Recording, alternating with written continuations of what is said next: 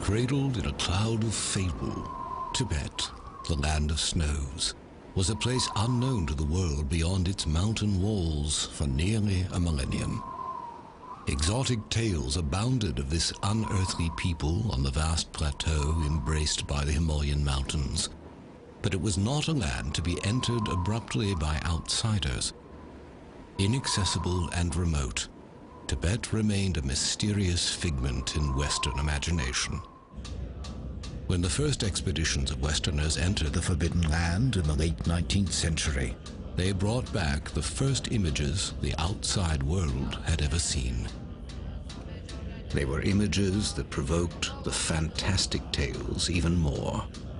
It seemed Westerners wanted to believe in the mythical Shangri-La, a temperate Asian land sheltered from the outside, governed by a philosophy of compassion and nonviolence, free from hardship or strife. If similar in philosophy, the physical reality of Tibet was far more complex.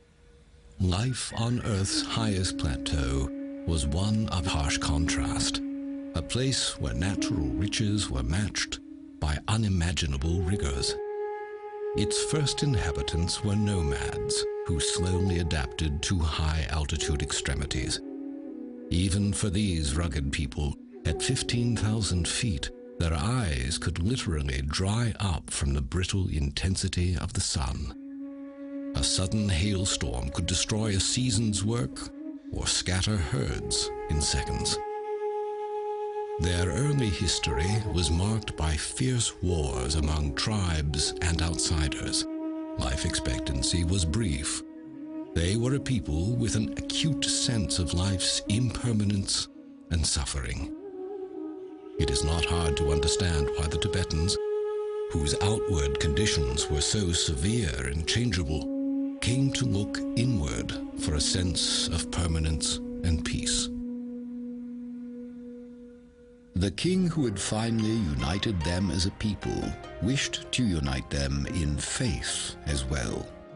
He invited a charismatic leader from India, Padmasambhava, to bring Buddhism to his land. Tibetans had believed in a host of deities, both benevolent and wrathful. Overcoming sabotage from the leaders of this religion, known as Bon, was the challenge. Padmasambhava succeeded by blending these beliefs with the teachings of the Dharma, or Buddhist scriptures.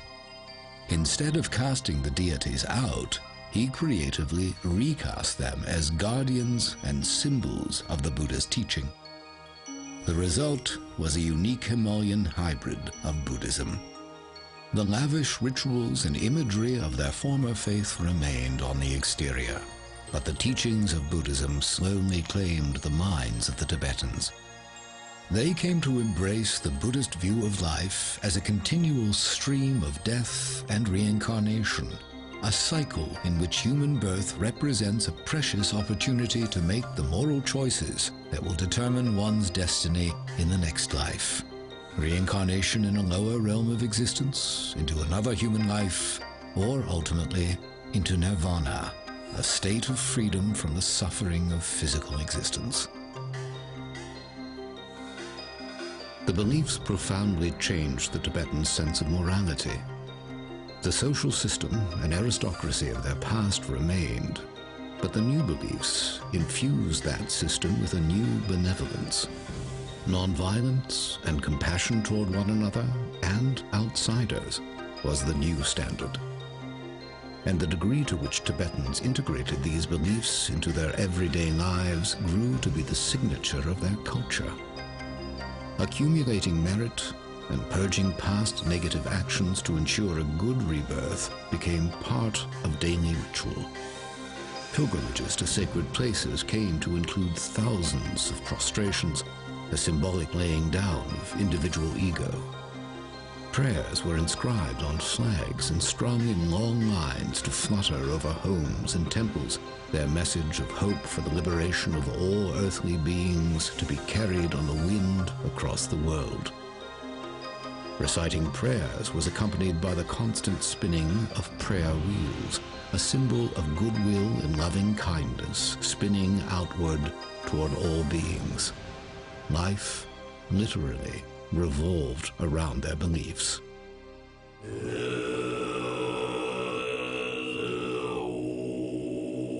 As a community, they sponsored monasteries for the study and practice of Buddhist teachings.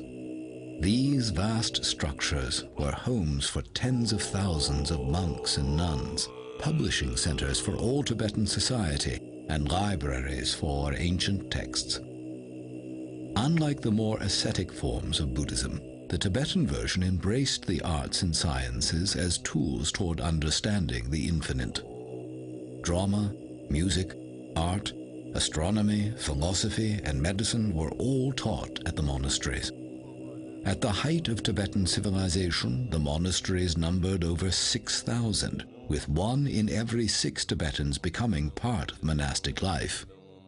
Study began in the earliest years. Earning the equivalent of a doctoral degree could demand 20 years or more. The monks became the keepers of knowledge for all Tibetan society, and the thread linking all generations was a tradition of discipleship. One elder teacher or lama passing the teachings on to monks who, in turn, themselves became lamas.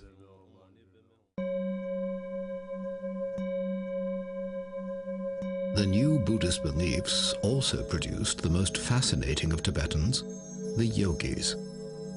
Unlike the Hindu yogi, performing contortions for the public, the achievements of the Tibetan yogi were achievements of the mind, unseen by others.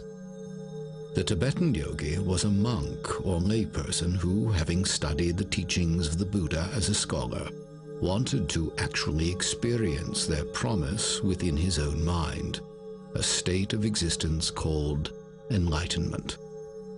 For the aspiring yogi, attaining enlightenment meant gaining an earthly preview of the bliss of nirvana. Through intensive mental and physical exercises in remote caves or huts, their goal was to rise above the suffering of samsara, or physical life, and discover the purest nature of consciousness. In their quest, meditation retreats could last for years. For centuries, Tibetans revered these yogis as the most mystical people in their society. They supported their pursuit of enlightenment by providing the monasteries with food, clothing, and currency. The yogis inspired Tibetans with the hope that freedom from the suffering of physical life might indeed be attainable.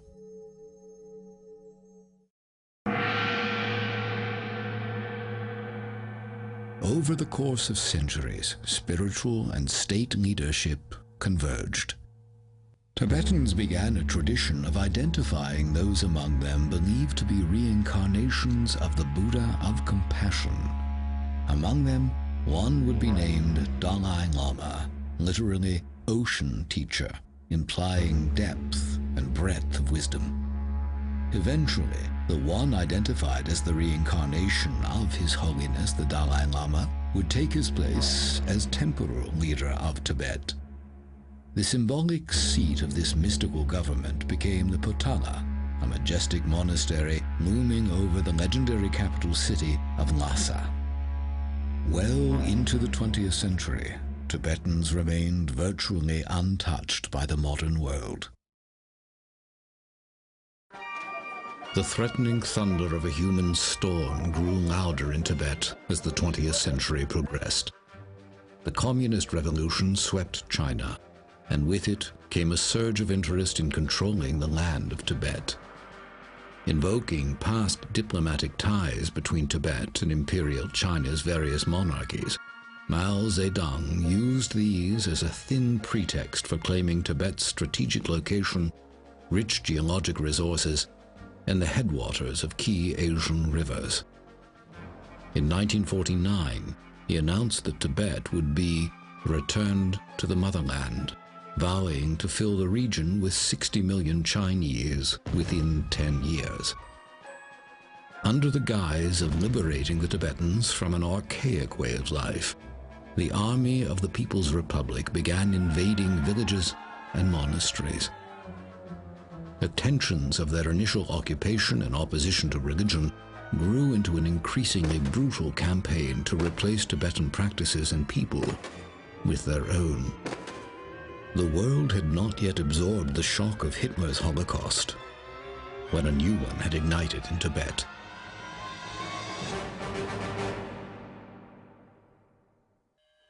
The degree of the destruction is difficult to comprehend or communicate. As the invasion swept across their country, Tibetans who proclaimed allegiance to the Dalai Lama were imprisoned, tortured, or killed, often in exceedingly gruesome ways. Over 1 million Tibetans lost their lives, a fifth of the population. All but a few of the 6,000 monasteries were destroyed, bonfires made of their libraries, mockery made of their artwork and icons. The Dalai Lama, through all this, was Tenzin Gyatso, identified as a boy on a Tibetan farm. Remarkably, he was able to complete his rigorous studies despite the invasion, and Tibetans placed him in charge as a young teen, hoping he could reclaim their country. After his many attempts to negotiate with the Chinese, Tibetans feared their beloved leader would soon be kidnapped and killed. In a dramatic escape, the Dalai Lama was taken out of Tibet under disguise across the mountains to India, where he was given refuge and established a government in exile in Dharamsala.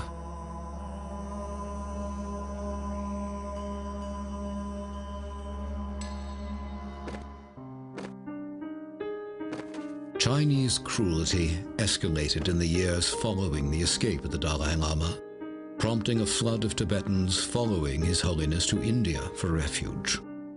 Among them were a number of their revered yogis. After decades, the memory of that dark passage remains vivid. After His Holiness the Dalai Lama departed for India, then the class struggle and purge started, and all those who had name, fame, or prosperity were purged. They were beaten up, their hair plucked, their ears chopped off. And I thought to myself, when we talk in terms of hell, this must be the real hell. Then those who did not have either name, fame, or prosperity, they were rationed a certain amount of land. Then a couple of years down the road, the Chinese would turn around and say, "Where did you get all these? You must be part of the class system." There was a lot of pain and suffering.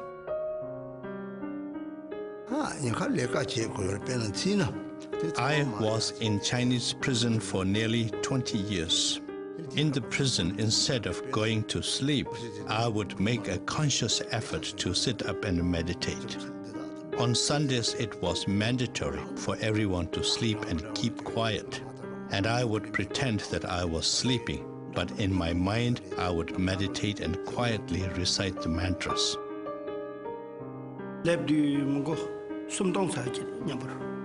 When I left my homeland, there were about 3,000 in my group.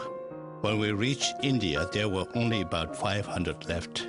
Many were killed on the way by the Chinese. Many died because of hardship in the journey, and many went back to Tibet. Many days we had to go without food, and also many people got hurt. If it had been under normal circumstances, the same trip would have taken 3 months. But because it was an escape during a war, it took 2 years. We had to defend ourselves against the Chinese 9 times on the way. The 4th time, my father was caught by the Chinese.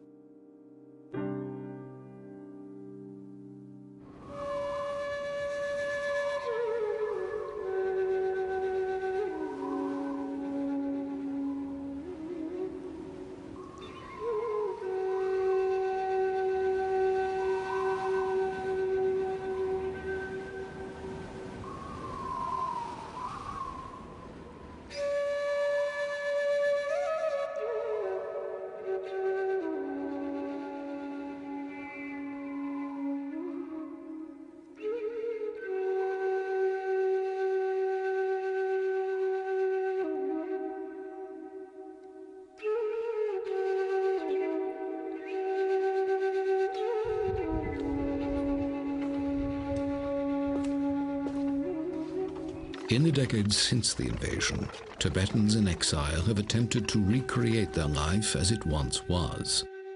In the Indian Himalayas, there remain places sacred to Tibetans from long ago in their history that have taken on a new preciousness since the destruction of their homeland.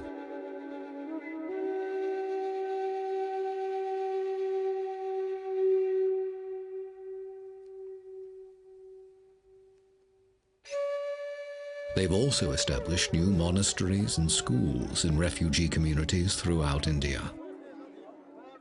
The government in exile remains in Dharamsala, working to help their people rebuild their lives.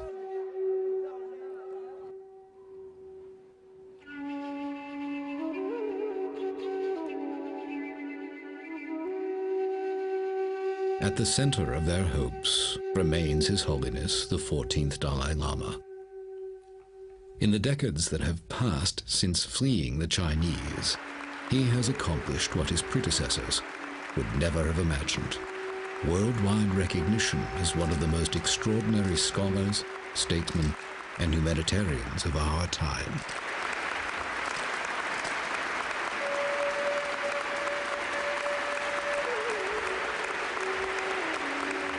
Our nation, Tibetan people, passing through very, very difficult situation, very difficult period.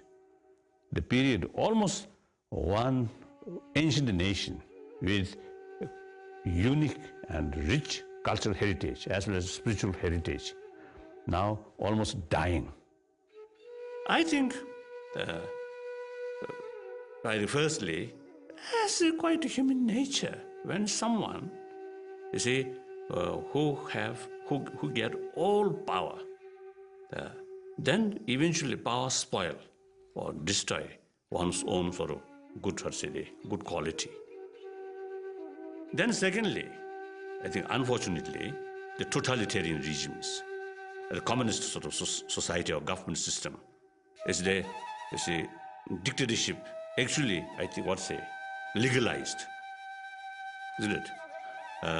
So once you see this certain sort of structure, created that way, then the system or the structure itself, sometimes I think help to produce that kind of the person. Now I think the democratic China with open society, freedom of religious belief, freedom of speech, freedom of thought, freedom of information. I think that is the not only interest of the world community, but Chinese people themselves. But the destructive actions of the Chinese Communist government have not been stopped after decades of diplomatic effort on the part of the Tibetans. And as they watch the flame of their culture slowly being extinguished in their native land, the tradition of the yogis is also being extinguished.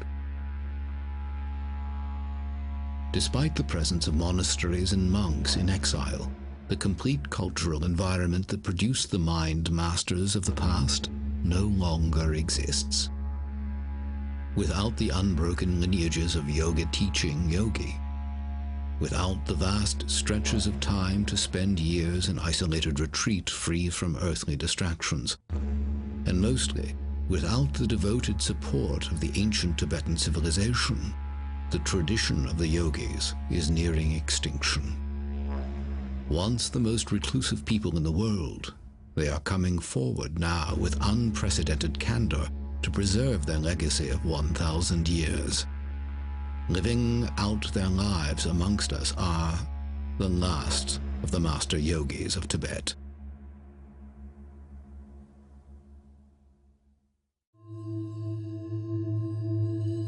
To grasp the loss at stake with the loss of the master yogis, it is vital to understand what they have contributed to human development during their unique history. While the most advanced thinkers in the West developed the physical sciences to improve the outward state of humanity, the yogis developed a science of the mind to improve the inward state of humanity. Improving the emotional and moral response of the mind was their lofty goal, to transform patterns of thinking and alter patterns of acting by conquering anger, aggression, greed, pride, jealousy, even subdue states of physical discomfort. The techniques they developed to achieve these results are only now being recognized and affirmed by Western study of the brain and body. Central to the tradition of the yogis is the passing down of extensive teachings and highly guarded practices for training both body and mind. Within each order of monks, the detailed lineages of yogis, their students, and their techniques are recorded with great care. Each lineage bears a unique name and approach. With roots stretching back to Tibet's first master yogi, Naropa, the Drikung Kagyu lineage has long been renowned for producing highly advanced yogis.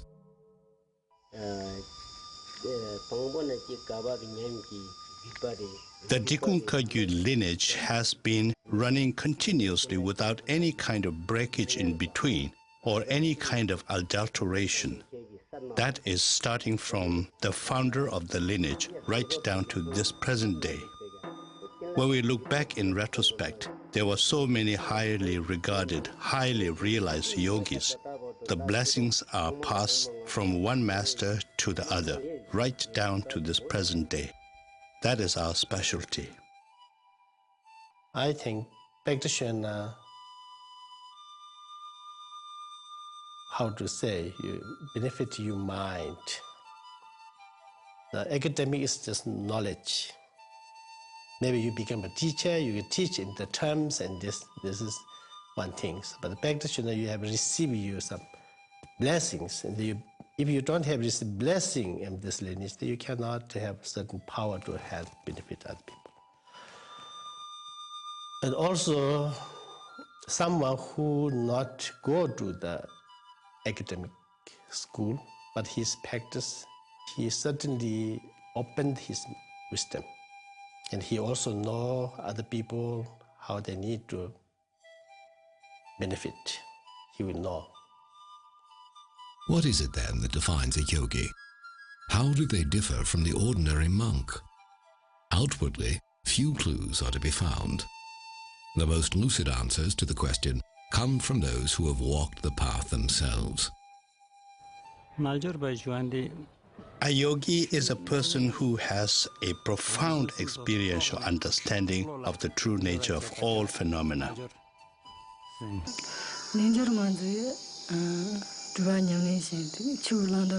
yogini is the practitioner who does extensive retreats and one who has gained experiential understanding of the teachings. So it would have to be someone who has not only received ordination, but someone who has done extensive retreats. A yogi means one who enters into the Dharma or Buddhist teachings, and after that one who does the practice, which is about the mind, training the mind to be always at ease, always at peace. That is the definition of a yogi. Dharma lives within the yogi. Yogi follow the Dharma. If you really live on the Dharma, nothing can harm you. Even though they can be taken this life, but they cannot take next life. What a yogi or yogini strives to do is to put an end to the suffering that exists in cyclic existence. In order to do that, a yogi or yogini has to train his or her mind.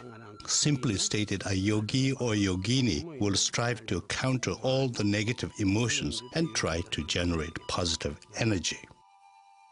Experienced, qualified retreat person, even he remain in a street, lot of noises, a lot of people, a lot of cars there, but his mind can remain fully concentrate. If someone who have not that qualified, like I think myself, even remain in a remote area, try to meditate, my mind go everywhere. Keeping the mind from going everywhere is precisely the challenge in meditation. and for centuries, aspiring yogis have retreated to remote places to avoid distraction while training their minds. Imagining life removed from society for years at a time can be difficult for Westerners accustomed to a world of virtually non-stop interaction. The question of where is another challenge. For Tibetans in exile, such places still exist in the Indian Himalayas beyond the reach of the Chinese. One of the 24 sacred places in Tibetan Buddhism is Lapchi, a meditation place, a Milarepa, one of Tibet's first yogis revered for abandoning a criminal lifestyle and attaining enlightenment within a single lifetime. A monk hiked for 6 days with a heavy camera into the mountains to bring back a glimpse of this primitive retreat. Even now, the images he recorded were permitted with reluctance.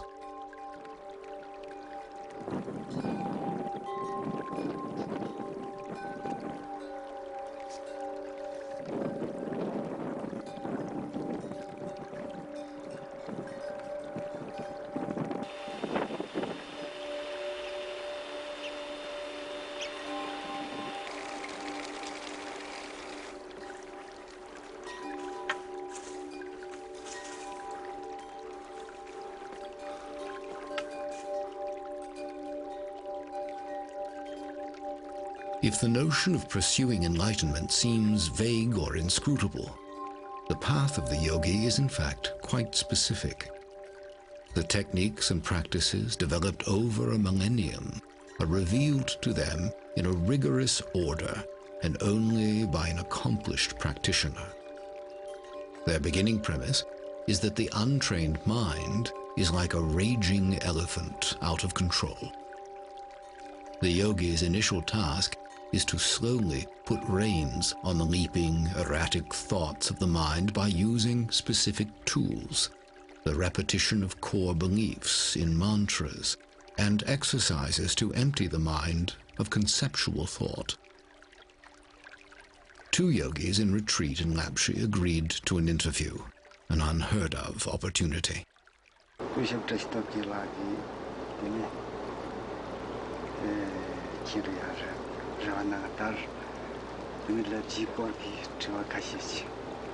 You have come to Lapchi when I have taken a few days break in my retreat.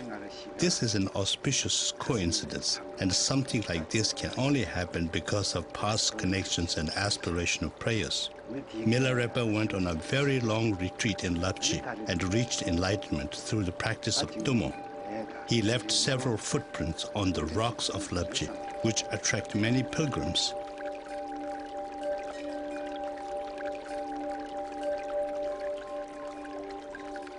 The disciples of many important masters have meditated at caves in Lapchi and the surrounding places.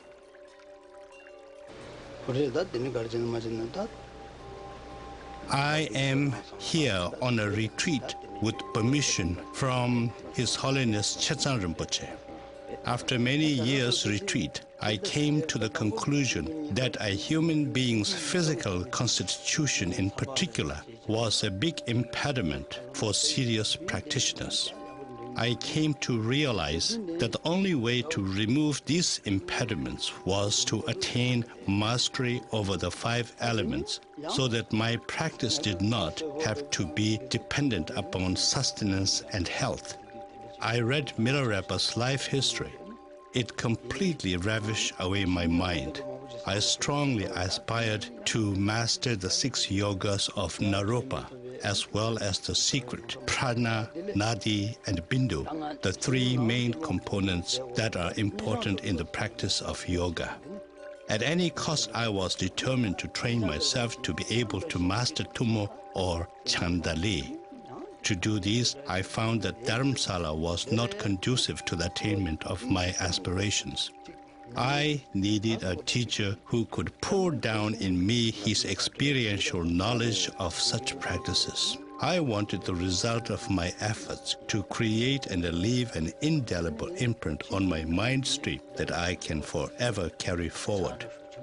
The most difficult thing to do is remain in single-pointed concentration. bodily efforts like doing hundreds of thousands of prostrations and the efforts of speech like recitation of mantras are no problem. Controlling the mind is.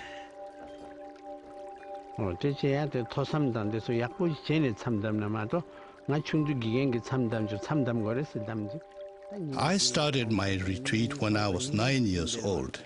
During that time, I went on a 1-month-long retreat. At first, it was very difficult for me. You know, I was a little boy. I would count the days on my fingers, say 1 day is gone, 2 days gone, how many balance remaining? Should I go out of the retreat place? If I do, what would be the consequences? These kind of questions keep on popping up.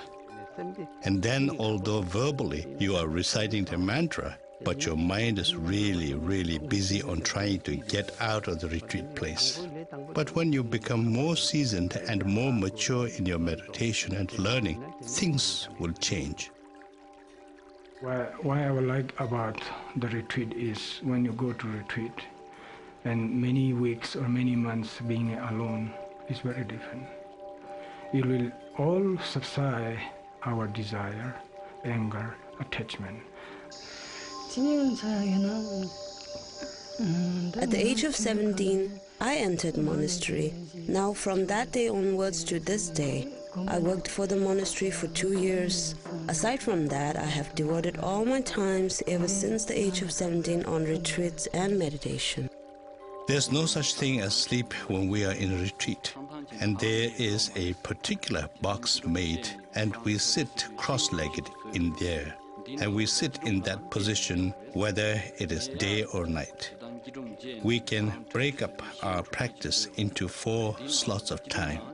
And during that time, we may rest, but we will not get out of the box. We will continue sitting in that position all the time.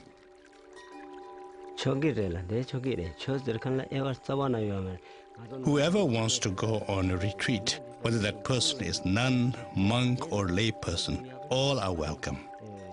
The dispensation of Dharma teaching is like the sun's rays. It is for everyone to enjoy.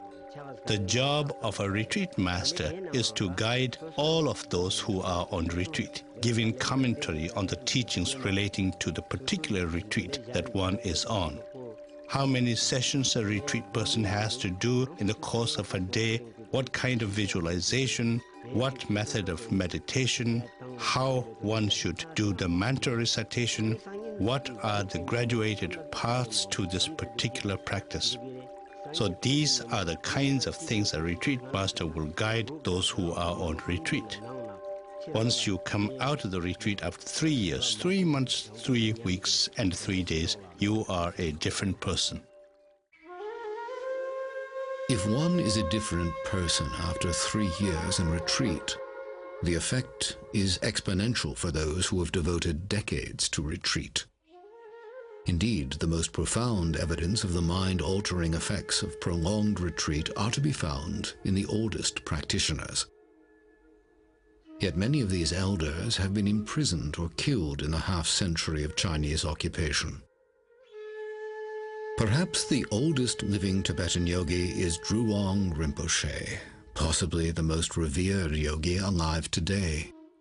Here, for the first time, he grants a filmed interview, a rare glimpse into the mind of a meditation master.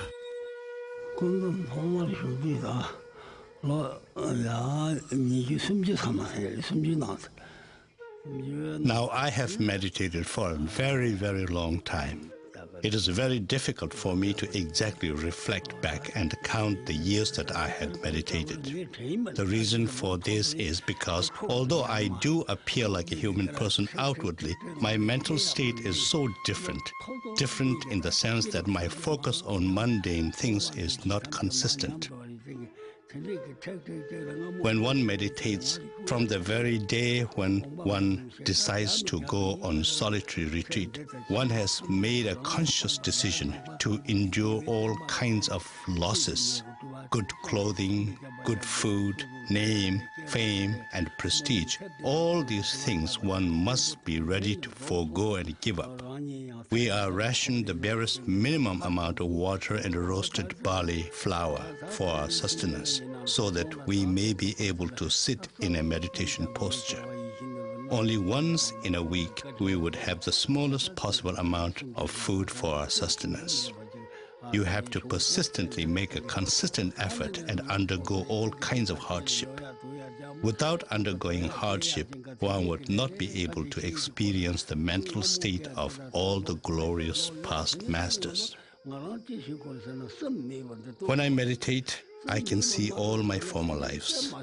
I have been born in the realm of hell. I have been born as a hungry ghost. I have been born many times as animals. All these things become very, very clear when one is in meditation. I've gone through the 3 lower realms of existence many times.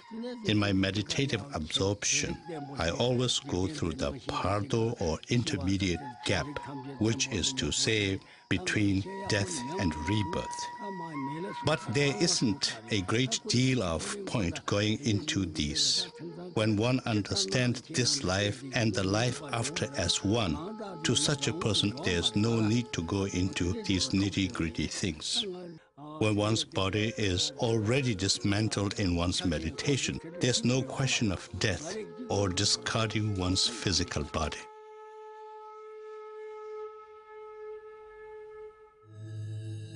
The disciplined mind, then, becomes a powerful tool in its own right, enabling the practitioner to become aware of the subtle energies of the body, then master them through the breathing and physical postures known as yogas. Modern Western medicine has documented the mental powers of these meditation masters. One such practice, Tumo, was developed for generating body heat in the icy caves of Tibet. Yogis who have mastered Tumo are capable of immersing themselves in icy lakes and, 15 minutes later, producing visible steam rising from their robes.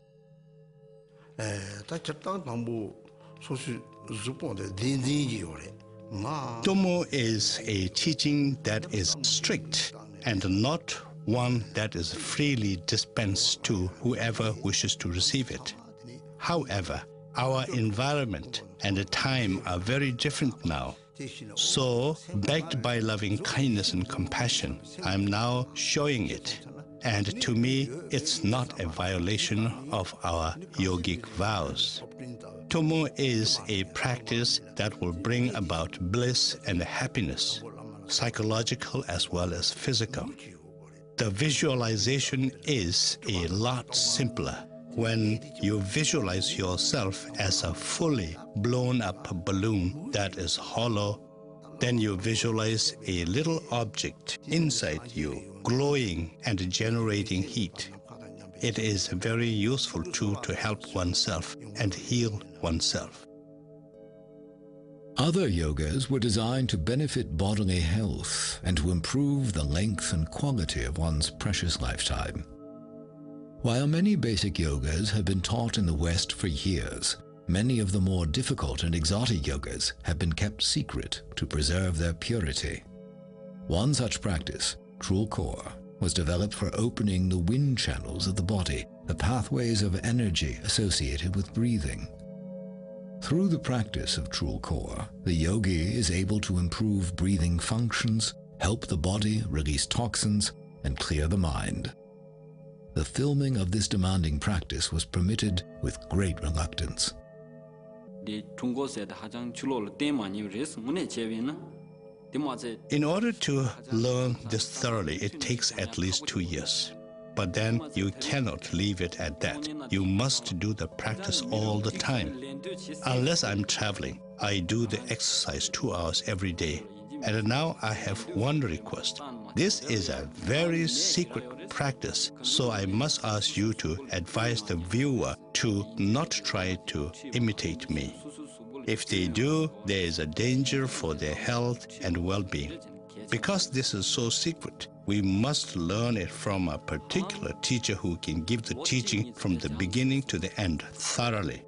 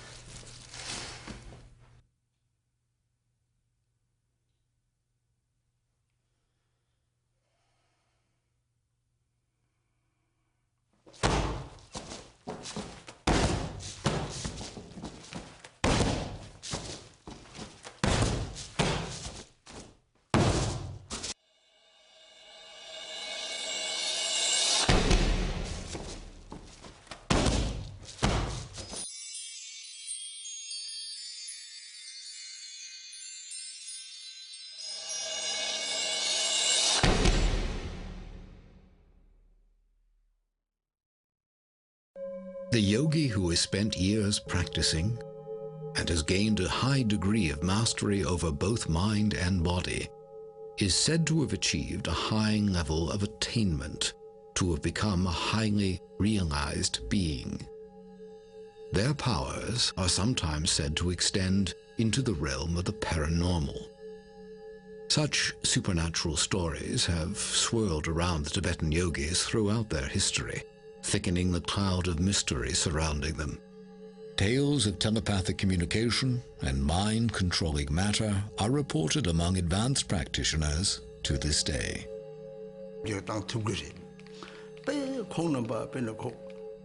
The highly realized yogis can, of course, alter situations. There are many instances where the highly realized beings altered natural disasters. One example is where Chinese soldiers came to cause harm to a monastery or its inhabitants. All of a sudden, the change of weather, extreme poor visibility, the falling of hail, making it absolutely impossible for these people to come to their destination. There are so many different instances, far too many to narrate. There is a most wonderful and sacred meditation cave where it is said Guru Padma Sambhava meditated.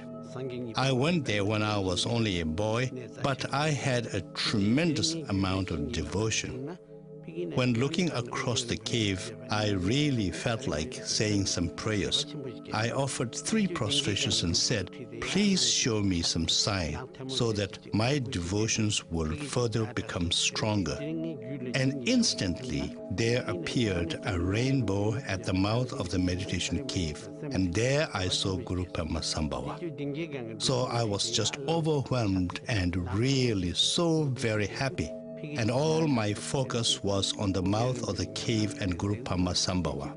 There were a lot of nuns with me, and one of them said to me, "Rinpoche, Rinpoche, watch your foot. It is sinking in the stone."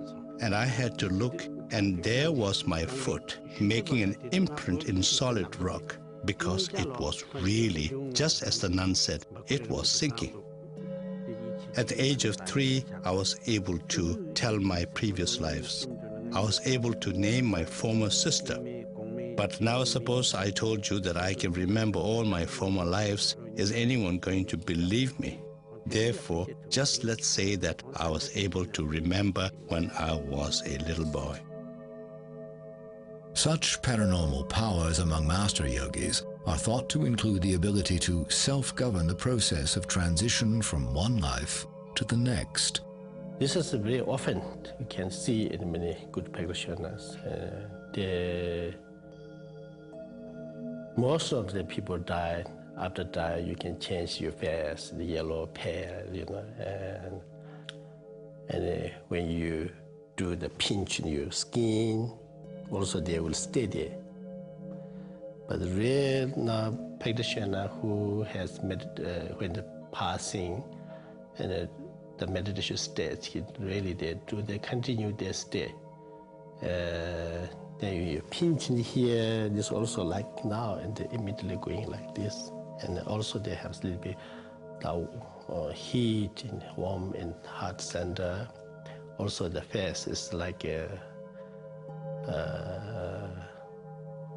the lap light, and very unusual one, and happened that my story is just 1 year ago, and Bhutan, one of Master Ginjun Renchen. So he stayed more than 1 month, and they never changed. For aspiring yogis, events such as these imply control over the process of reincarnation. Even His Holiness the Dalai Lama has stated that if the Chinese communists are still governing Tibet at the time of his death, he will choose rebirth outside of Tibet. Controlling the process of one's own death and rebirth is the subject of some of the most fascinating stories surrounding Tibet's yogis. Lama Drupon Samten recalls vividly one such event in his early years as a student, the death of his own teacher, Kemgor Rinpoche. This is my teacher, Kemgor Rinpoche. He invited all the students. He told he's going to pass away. No illness, nothing sign of death, nothing. He just normally get up, do his prayer, and he told his attendant to make a good tea And then he make it tea over and over and until he's satisfied. And he says, all these pair together. And when he get to the completion state, he says, this is the time for me to pass away. And just like a falling asleep, like a Buddha, no? Just he put his right hand under his chest and then lie down and look at each person. No, he's doing prayer for each person to benefit in the future. And he passed away. Telling stories such as these, indeed revealing any technique, tradition, or experience to someone who has not completed yogic training, was once a violation of yogic vows to extreme secrecy. The reason was to maintain the purity of the teachings. The fear was that, taken out of context, exotic forms of yoga and meditation might degenerate into ego-centered showmanship. And in the eyes of the elders, the opening up that is taking place now is seen as a significant risk.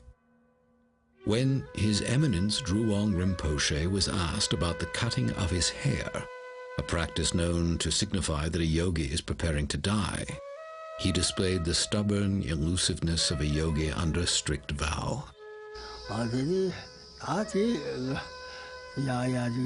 There are many reasons why a person in retreat would grow hair. Let me think about it. Yeah, there are many reasons why one would grow one's hair long. Let's just forget about it, shall we? A good number of things happened to me. It will just boil down to misleading people. Forget it. You know, I just cut it because I am old, and the hair was really hefty and weighing me down. That's why I chopped it off. I have pledged not to mislead people. Now, if I told you a whole lot of tall tales, that will amount to misleading the audience. I have absolutely nothing whatsoever, and I have nothing to tell you. This is the first time I have been asked to tell about these things. We are not supposed to reveal the ins and outs of what goes on inside a meditation cave. If we do, then there will be consequences. The past masters, including Tilopa, have categorically said there was never an instance where he revealed the secrets of meditation. We who follow in their footsteps must do the same. Although it is known that Drewang Rinpoche did cut his hair in preparation for death, His Holiness the Dalai Lama asked him to live a little longer to help pass on and preserve Tibetan teachings. It is said that His Eminence agreed to do so, and has decided to live until the age of 100 to help his people.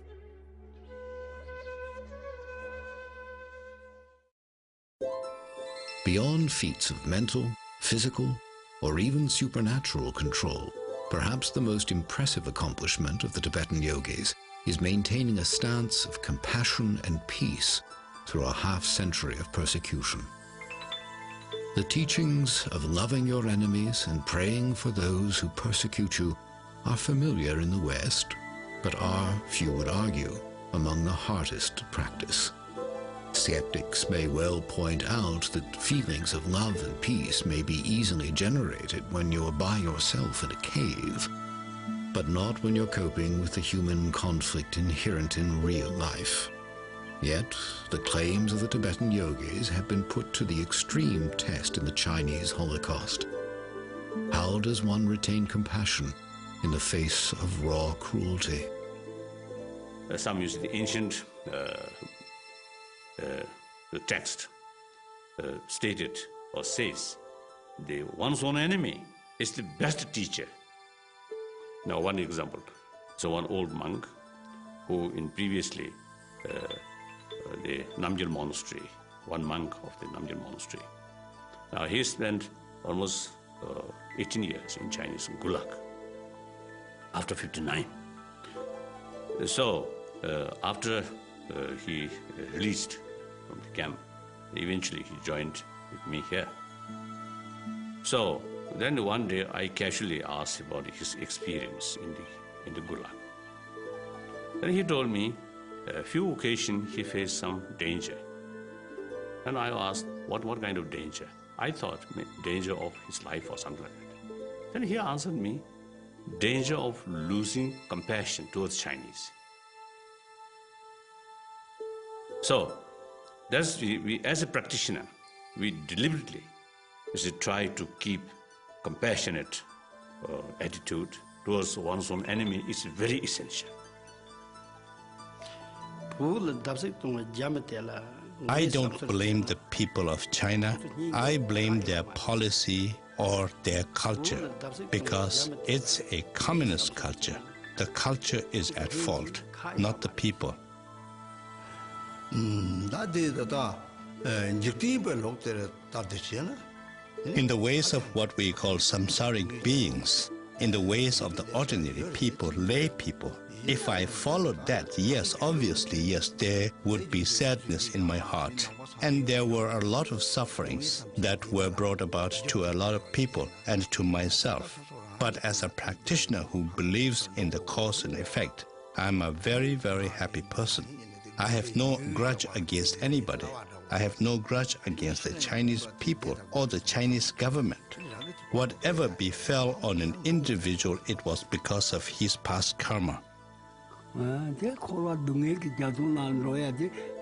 Unhappiness does not crop up out of nowhere. It is a result of one's commission of negative karma in former lives. For example, when you cheated others, when you tried to defeat others, when you try to gain at the cost of others, these result in what we call the ripening of karma that brings about pain and suffering. So when you do negative deeds, the result is a state of mind that is often referred to as hell. When you have done positive deeds, it brings about happiness. I was born after the Chinese operation in Tibet.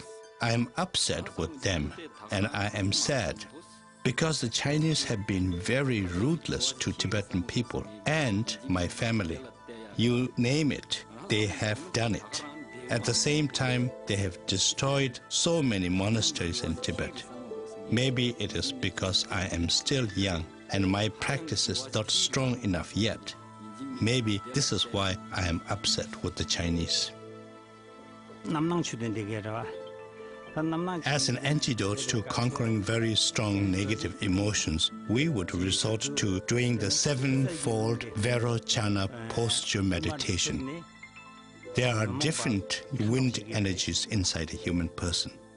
In one posture, the wind which enables us to excrete waste enters into the central nerve channel, eliminating some of the negative emotions. When you broaden your shoulders and sit upright, the nerve or vein-related winds enter and get rid of ignorance.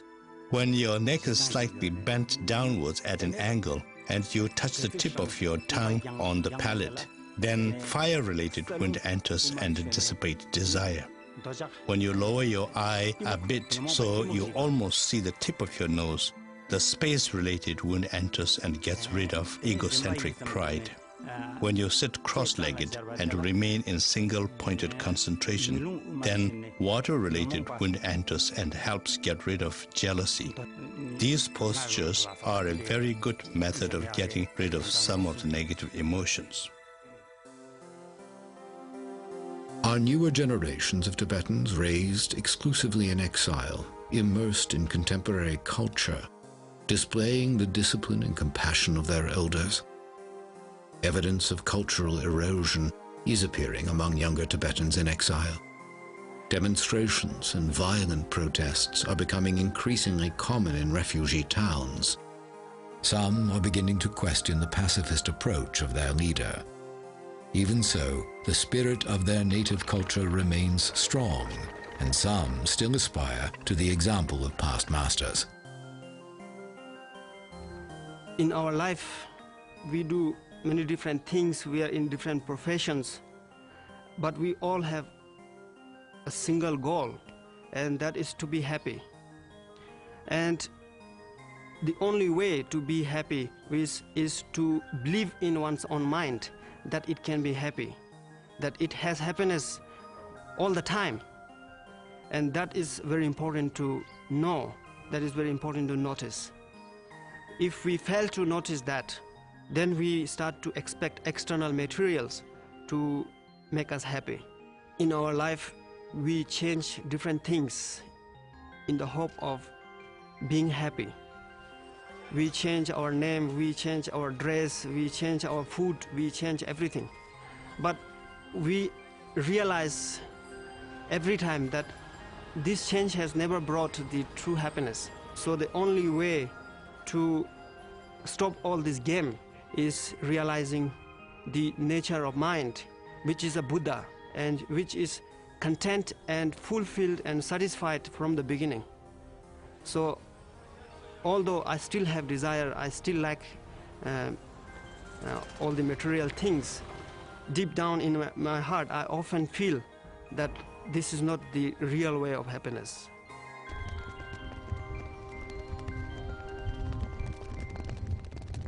Yet even the most earnest efforts of these young practitioners cannot maintain the tradition of the yogis as it once was. The number of authentic elders dwindles daily. The best the younger generation can do is preserve the practices of their ancestors, the shadows of a total lifestyle that will never again be possible.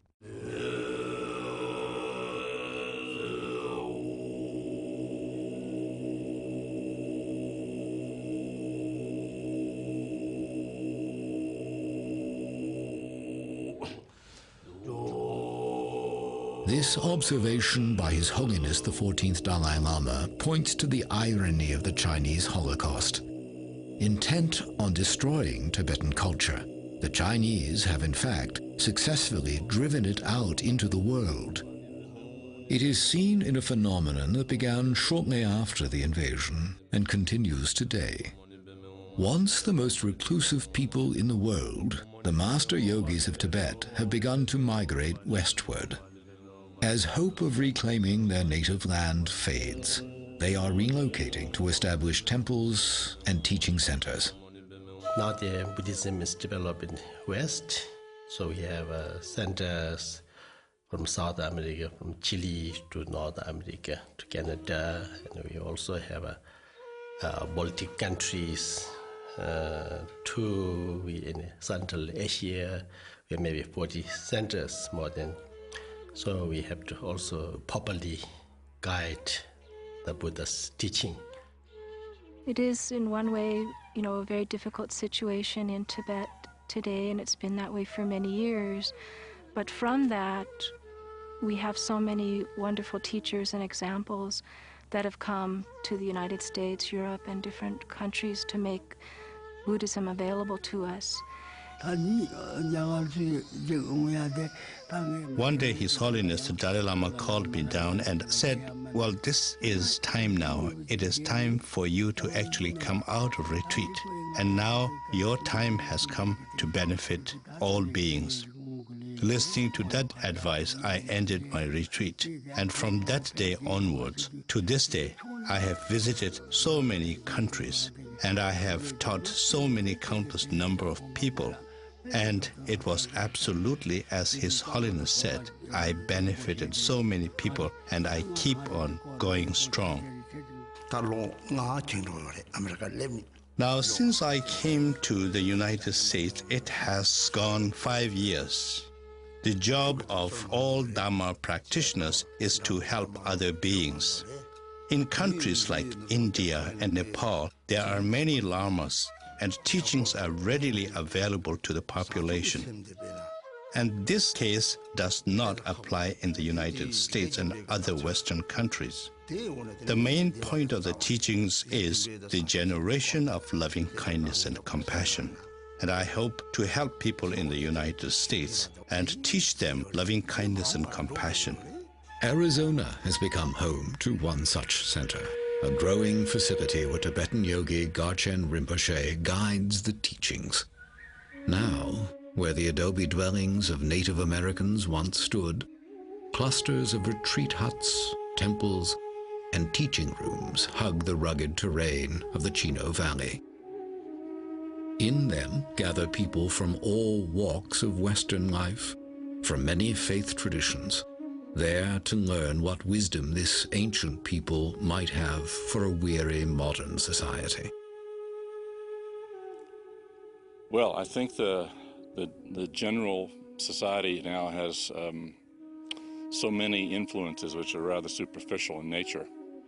And even though we theoretically have a lot of extra time, more and more I think people are finding that the different distractions and things that they do are not particularly meaningful to them. And so they're searching for something else to give their life meaning. Here we saw all the technology. We see all the rich people. We have all the money. We can, whatever you want, the food, Chinese, all these different, you can get.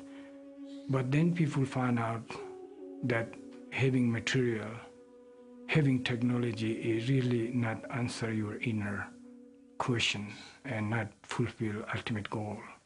And therefore, they have this kind of spirituality. I would say human society, there's love and compassion is the only way to bring peace and happiness. Garshin Rinpoche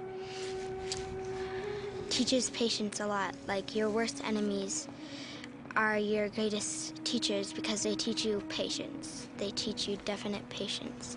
And during school and when I'm at home, like, I have a 2-year-old little next door neighbor and he just gets on my nerves all the time. And so it's like, it gives me a lot of patience to practice. If I have a bad day, it makes me think about my bad day, reflect on my bad day, and there's a part that you should do every night. Like, you think of 2 things that you did bad in that day and try to fix them the next day, and then you think of 2 things that you did good that day and you try to do them the next day as well. I think it's very bad, it's very sad that we're losing yogis and we're losing someone who can connect us with our own enlightened nature. And from other point, those realized masters that comes here and comes to other countries can teach other people, and it was not possible before. And even there are so many people who even would not think about Buddhism until they would meet realized master. Just looking at our lamas that we have, like His Holiness, the Dalai Lama, and many wonderful Western lamas, when you look at them, you get some true feeling that they really have some kind of inner peace. And if we could receive those teachings from the yogis and put them into practice in our own lives, that is the way to save. That is the only way to save the lineage of the Tibetan yogis. And that's the most important thing to do, I think. Yeah.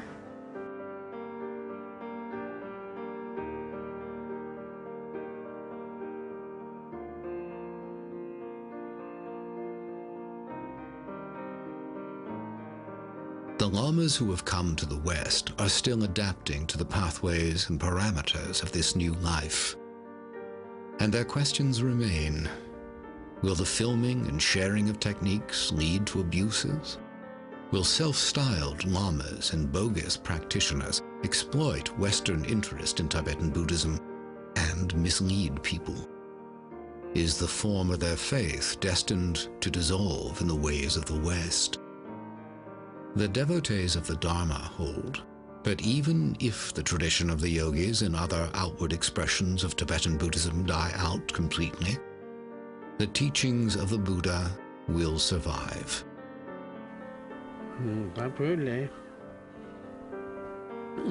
Because of the Chinese occupation, it is extremely difficult to have the same amount of yogis coming either inside Tibet or outside.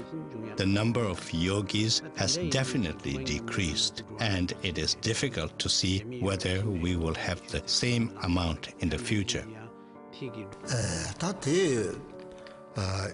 According to the things that have taken place in Tibet, and according to the prevailing circumstances, it would seem that the tradition of the yogis will come to an end. If not come to an end, it will near extinction.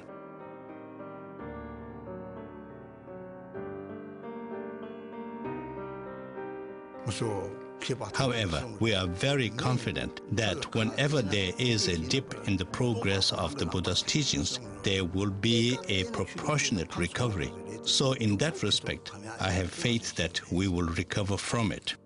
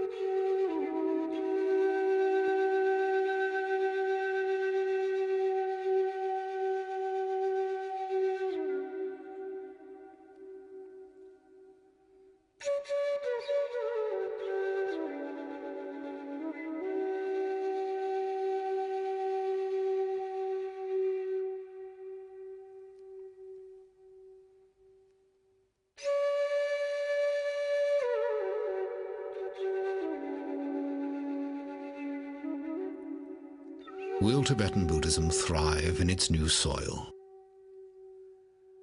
Can people who do not experience the daily hardships of the native Tibetans, Westerners who lived enveloped in material comfort, ever fully embrace a philosophy based on escaping earthly suffering? Or has material success left a big enough void of its own to drive the Western mind inward for solace? Even for those who seek to follow the example of the Tibetan elders, the human environment is drastically different. They are striving to train their minds, sustain intensive meditation, and maintain a disciplined compassion for their fellow humans, not in sheltered enclaves, but while living and working in the frenetic grip of a 24-hour society. Can any philosophy of compassion and non-violence be successfully practiced in the crucible of modern life? For now, the answers to these questions remain as mysterious as the minds of the master yogis themselves, living remnants of an ancient and vanishing civilization, human artifacts from the Tibet that once was.